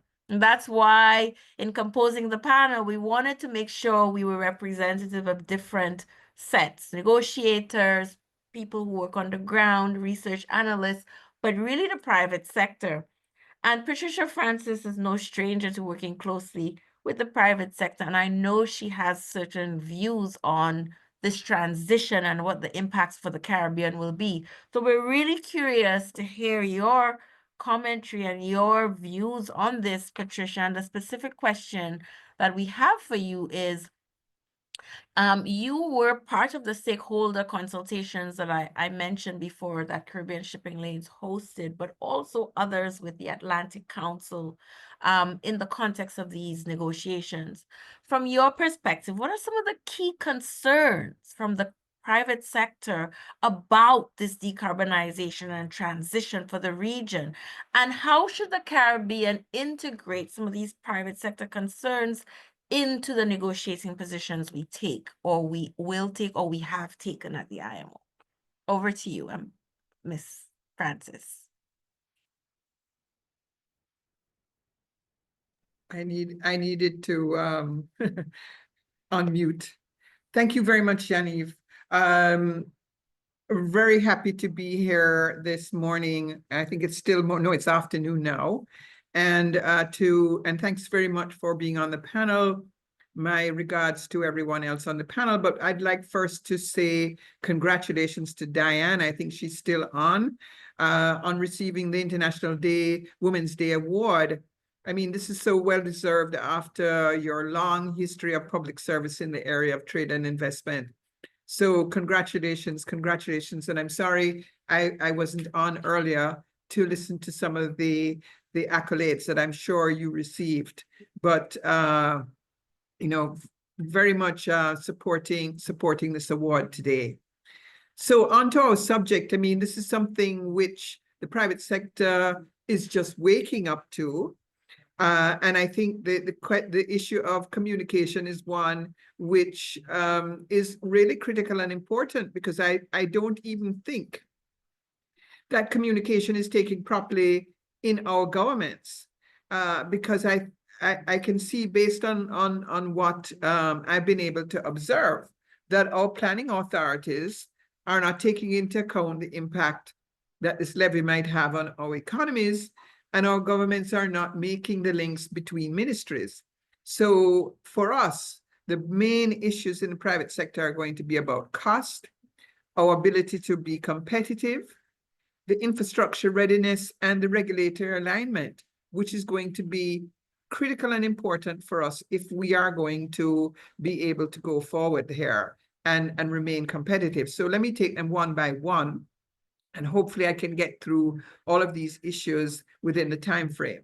So competitiveness, of course, increased cost of shipping and trade competitiveness is going to be really, really important, because, as has been said by others, we are going to see costs being added to companies, ports, and allied services.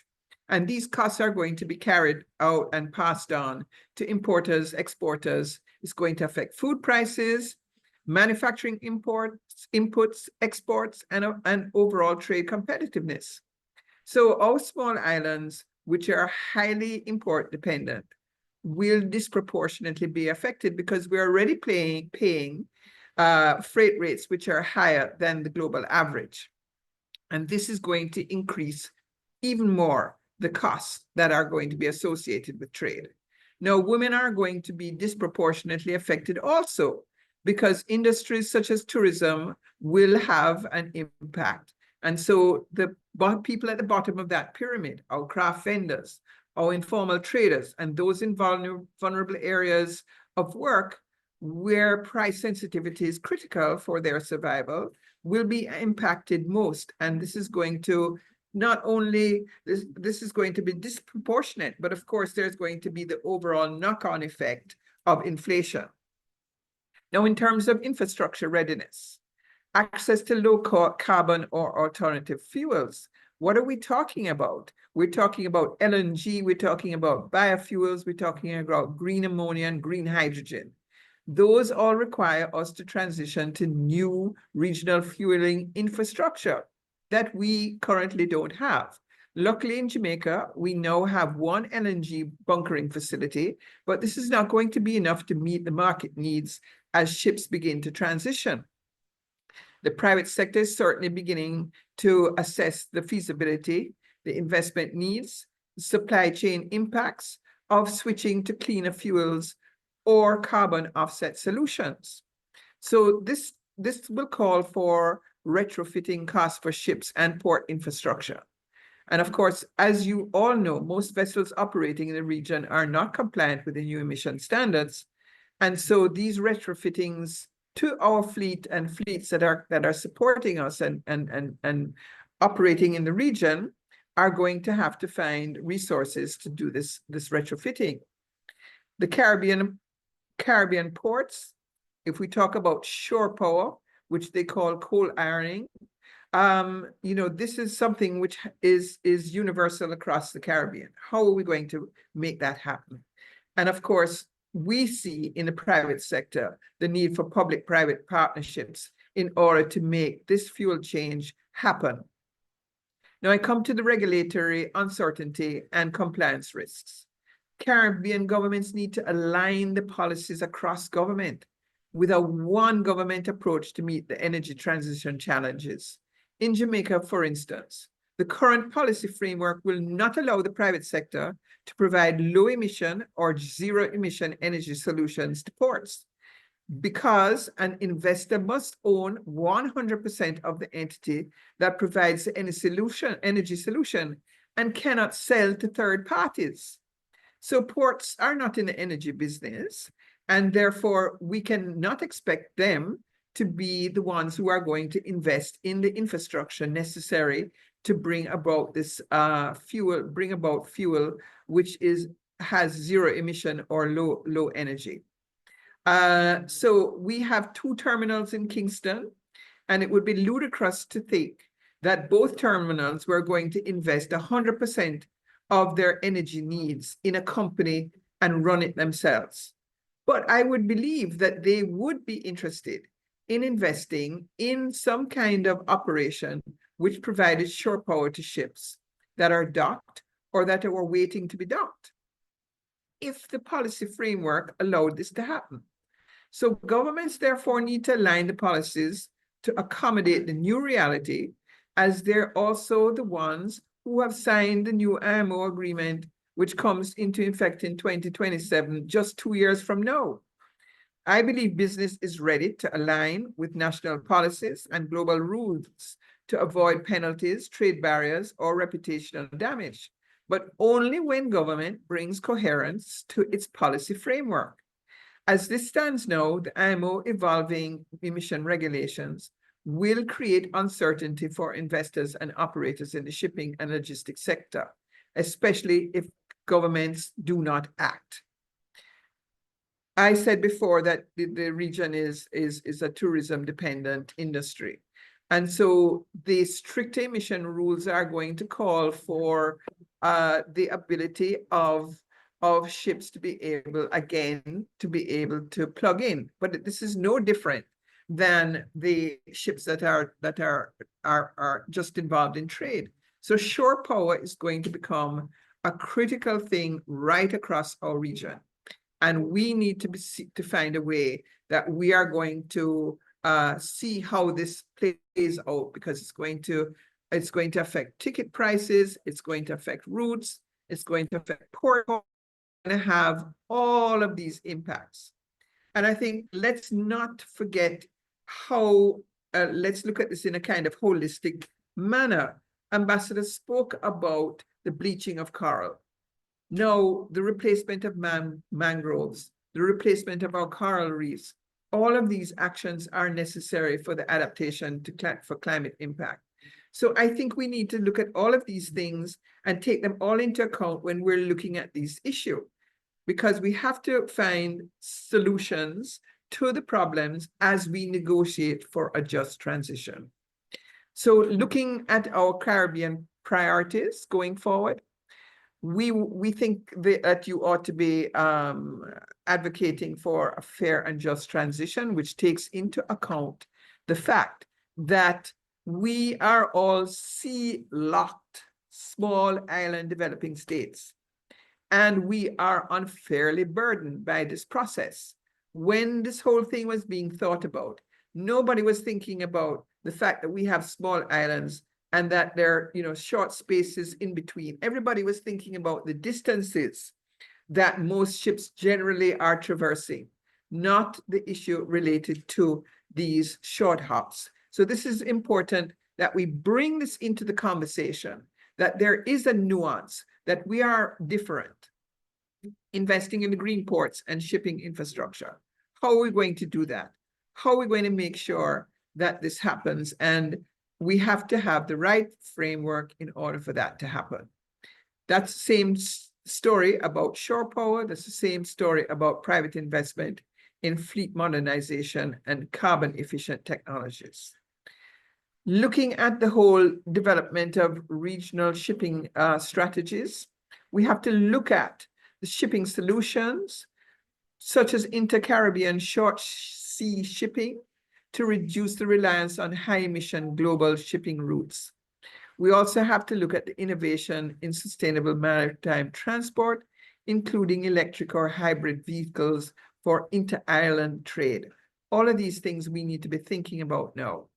As far as the public-private collaboration on carbon reduction solutions, the Caribbean private sector needs to engage with government, regional organizations such as Caribbean, CARICOM, etc., and our international partners to access grants, incentives, and funding.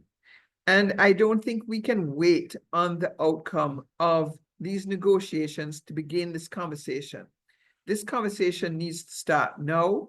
We need to be actively engaging, and I am very much involved with the private sector organization of Jamaica in bringing this issue to the private sector so that they understand what is coming. And so if you're finished, I'm going to wind up. So there is a need for capacity building and training.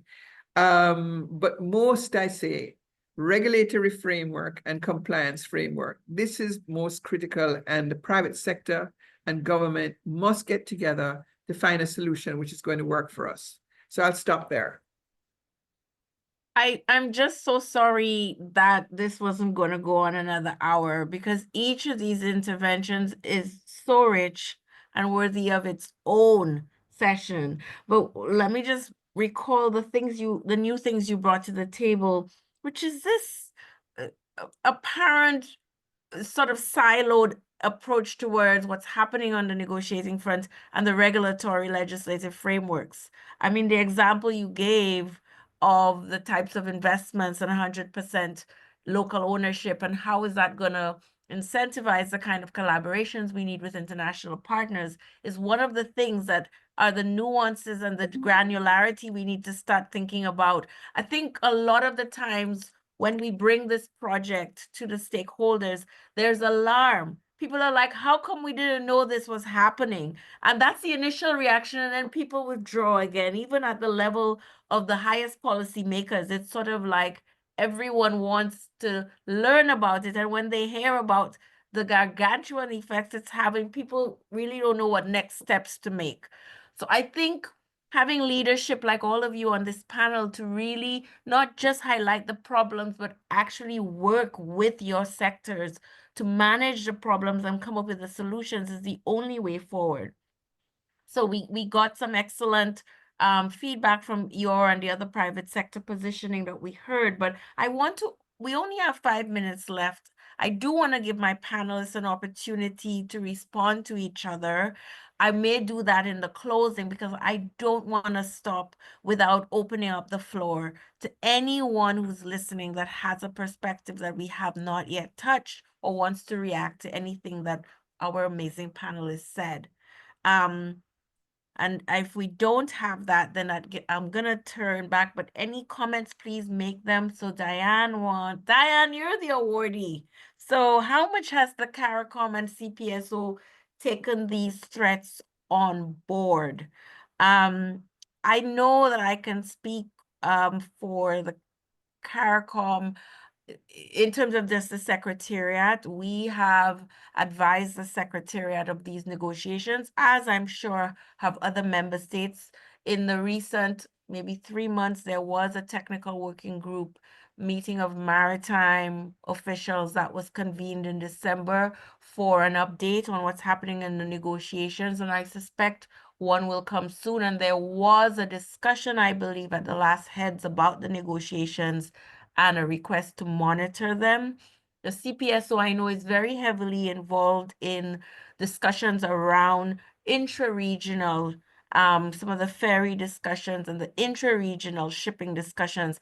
I'm not sure if they're as involved in the negotiations at the IMO. And Patricia, that takes me to one of the things you raised, which is the short spaces. I know Jamaica, as well as other CARICOM countries, have led a proposal on the carbon intensity index, which would seek to get special recognition for these short voyages that we don't perform well on carbon intensity indicators because short voyages disproportionately take up a lot of fuel. Yeah. And I will open up the floor to my panelists to give their final remarks and respond to each other. And I'm just gonna ask for the audience to stay an extra 5 minutes to hear the wrap up. So in your wrap up, panelists, comment on anything that you heard that you really want to touch on, please. I'll give you each 2 minutes. And anything that you would like to leave the audience with, because this is just the start. So I'll start back with you, Atina. Thanks, Jenny, for that. And I also want to thank my fellow panelists for the very rich discussion. A lot of it is definitely food for thought. I would just like to wrap up by one, just like I'm sorry, I forgot who specifically, but we touched on the different impacts and you know, the impacts on the measures. One of the things that I would just like to emphasize, and I didn't get to do this in my first intervention, was the fact that when the committee took a decision in 2023 to reduce the global emissions of the shipping sector, and we agreed on certain types of measures. So we cannot escape that. This is a collective decision we all took by consensus. If the question is like, what type of measure is it going to be? Now, all the different types of measures, and I think a couple of the panelists and even Jenny mentioned, they're all going to have some kind of impacts. But it's just a matter of what type of policy framework, what type of global policy framework best takes into account those impacts. For us, we've been very clear, you need a substantial amount of revenues to make sure that those impacts do not further disproportionately negative impact SIDS and LDCs, and of course the wider developing countries too. And that those revenue have to be distributed equitably. And this is definitely going to be part of the discussions that'll happen in the coming weeks. So it's really important that I think we as small island states, work together to make sure that our needs, as Ambassador rightly mentioned, we should start calling them, our needs are taken into account, and they are met in that once this whole the agreement is by the time the agreement is adopted. That said, I do want to mention, the importance of, I guess, working in solidarity. I know that we all might have different national circumstances, even within our own regions, but it's looking and it's communicating, as a couple of others mentioned. Communication is very key, and I hope that, and I really appreciate having this panel because it provided an avenue to have more insight into those different needs.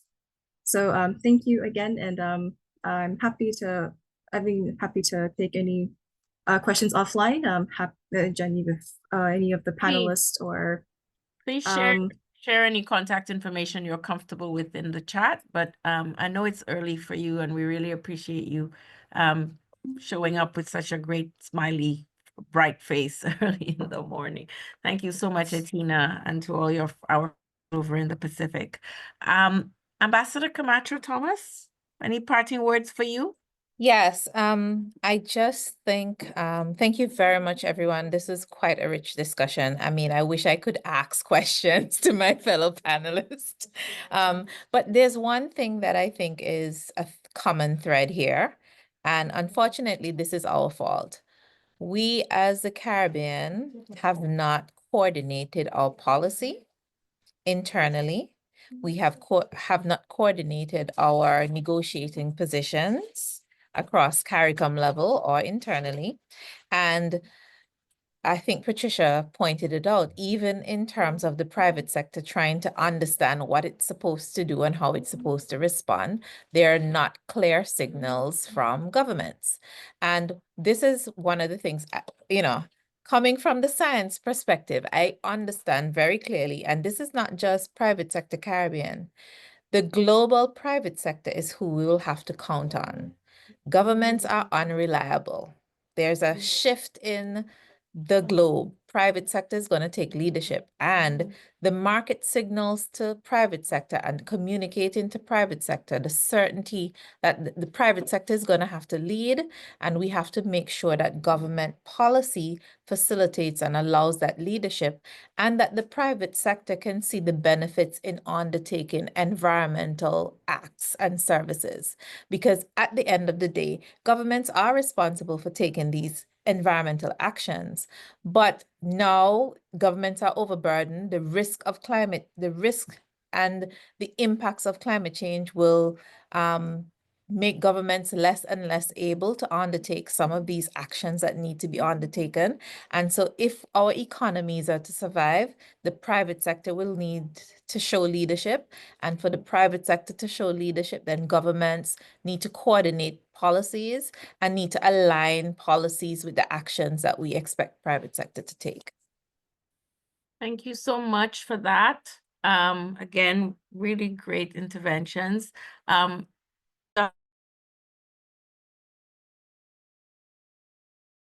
You're muted, Jenny. Oh, no, sorry. I said thank you for that. Another great intervention by our panelists. Just our 2-minute summary first from Dr. Petrus and Dr. Francis. Oh, Dr. Francis, I'm giving you a doctorate. Over to you, Dr. Petrus. Oh, I forgot that I also had to include, I saw Dola is also here, and I wanted her to say a few words if she wanted to. So after you, Dr. Petrus, we'll ask Dola to say a few words. I had promised her a little time. Over to you, Dr. Petrus. Okay, so my apology, it's heavily raining this side, and I'm not sure whether you're gonna hear me well.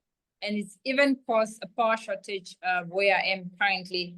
So apology on that. My final word is that I think for most developing country, my plead and call is that we need more than ever, we need to engage in research such that there must be that collaboration between research, and such research must enhance policy decision such that the decision that ought to be made are data-driven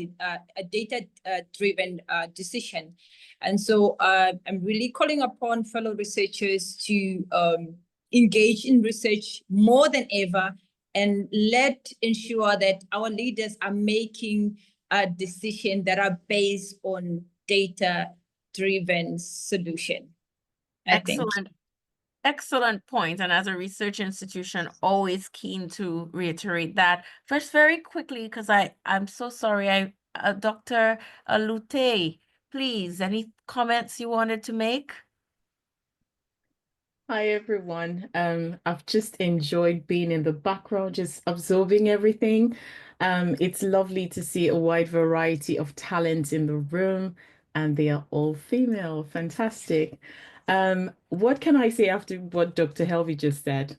Well, That I think the first thing you can do is introduce yourself. right. Okay. Who am I? So I'm Dola Lutair. I work for University College London. I'm a senior research fellow in energy and transport policy. And I also lead all our maritime decarbonization programs. Dr. Petrus and a few other researchers from the African region, we're all co-collaborators trying to build evidence for the African region at the IMO. I remember the first time I arrived at the IMO, it was interesting to see how it was then and what we're seeing with Africa's, interventions now, especially the last discussion. And I loved what the ambassador mentioned earlier. She said it wasn't negotiation she was saying, it was discussion. And I couldn't agree more. And I think that's probably the area she's speaking to, because I wanted to speak about data-driven evidence that informs policymaking, and Dr. Helvey has made that point. I would just say that what I understand by negotiations is this sort of, how you play tennis, back and forth kind of thing. And I don't see that at the IMO. One of the things I'll applaud Atina for was her, I think, a couple of last interventions where she really made a passionate plea for being heard, which is what negotiations should be. And I think as we look ahead to the Intersessional Working Group Session 19 and the Marine Environment Protection Committee Session 83, I think we need to do a lot of work between now and then to begin to either get some training or some kind of way in which we actually turn the IMO discussion space into a negotiating space rather than a space where we're just talking. And I think sort of trying to build coalition, and there's a great thing that the Pacific group and the Caribbean group are doing. I think we need to do more of that, where we're trying to coalesce around nodes of convergence, what brings us together, what looks like a way forward, or else I think we'll just be going around a mountain as we have been for some years. And I want to applaud the work that various groups have been doing behind the scenes. I think I'm allowed to mention the United Nations Foundation, Six Pack, and Belize, and all these groups out there just trying to find a solution. And I think solution-driven discussions need to transform into solution-driven negotiations, whilst holding onto two sides of the argument is necessarily not negotiation. We need to forge alliances in a way that gives us a pathway forward. And I'm going to end with this, and this is very dear to my heart. We mention justice and equity as if it's a slogan. So we hear just and equitable transition that leaves no one behind. We need to transform our interventions to underpin justice and equity in the true sense of it, because it is not just that these negotiations will go on and end without us thinking about the real people this is going to affect, and also equity. I did a workshop in Mombasa and Namibia the other day, and they asked the question, I'm just going to end with this. They asked the question, I asked the question, what do you understand by equity? And people were giving me answers, and I said, I would demonstrate it. And I put people of varying heights, 4 of them in front of the delegates. And I said, how do we establish equity here? Is it to give all of them the same stool? They said, no, because you still have various heights. I said, no, you need to find a way to make the tallest person at the same level with the shortest person. And this is what we need to see at the IMO, where nations that have been historically damaged by climate action are supported in a policy constructed to make sure that they are not left behind. Thank you. I know we're over time, but I don't feel today was the day to interrupt women too much. So I typically am very harsh with my time, but hey, we have women speaking truths, and I feel like I should give you an opportunity to say what you have to say. But I will ask you, Patricia, to keep your closing remarks short, please, so that we still have some people on the call, but we don't want to lose everyone before we give our thanks. Sorry to pin you in a corner over it, but thank you so much for that, Dola. That was very inspirational. I'm supposed to be in another event right now, so I'm going to quickly. I think what we have to do is to make sure that the level of research that we do is looking at the issues from the base all the way to what is going to happen at the end. So we have to understand what the impact of this is going to be. And when I'm trying to explain to the private sector, it's still a kind of esoteric discussion that we're having. But if I could put facts on the table and say, this is what the outcome is going to be. If the levy is at this, here's where it's going to impact. And that's a level of research which needs to be done and which will help to drive the negotiations, because you will be fact driven. So I'm with Dr. Helvey in that this has to be it. This has to be the way that we go. And the blah, blah, blah, blah is not taking us anywhere. And the blah, blah, blah is not going to resonate with those people on the other side. It's only when we have the hard facts that we are able to bring to the table. Believe you me, all the empathy and everything has gone. There is no such thing. Nobody's in love with us anymore. Nobody's sorry for us anymore. We are going to have to take it home for ourselves. And when we understand that, then we are in a position to deliver. And then we can talk as a group. So that's it. But thank you very much. No, thank you. And thank you. And just again, to plug the work that's already being done and to encourage persons to read also what is out there. I have to mention that UCL puts out a lot of data, a lot of information about the impacts of these measures. There has been a comprehensive impact assessment done by UNCTAD, estimating the impact on developing countries, SIDS especially, and LDCs. And we at the Caribbean Shipping Lanes in the last 3 months have produced 6 or 7 expert reports from experts across the region working with UCL that we have been able to pinpoint just some of the impacts on Jamaica, Trinidad and Tobago, St. Lucia, as well as Barbados, and also to do legal analysis and stakeholder consultations and the food security impact. So there is data that we will make available hopefully in the next 2 or 3 weeks as a compendium from the Caribbean Shipping Lanes and UCL on the initial estimates that our own regional analysts working with others have done. So I would say we are really trying to plug that hole, but you're absolutely right that across the supply chains, we need even more analysis and we need even more data, but we have some to start with that we can use powerfully in the negotiations. And again, I mean, I would ask my Caribbean Shipping Lanes crew here to put our website there to show some of the work that we've already started doing in that space. Without further ado, I'm gonna let Jada close, but I have to thank, first of all, we have somebody unmuted. I do have to thank my wonderful panel, our wonderful speakers, obviously, who we could not have hosted this wonderful discussion without. I have to thank also Hi, yes, it's me. Oh, Patricia, You're a bit, we're hearing you. How you You might doing? want to mute, Patricia. You might want to mute.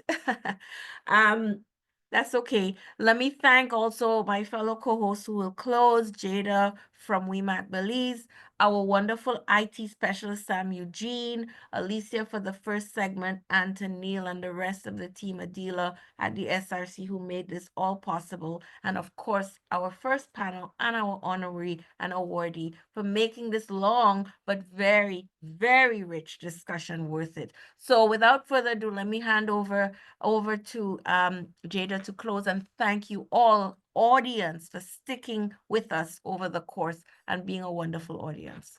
Over to you, Jada, to close.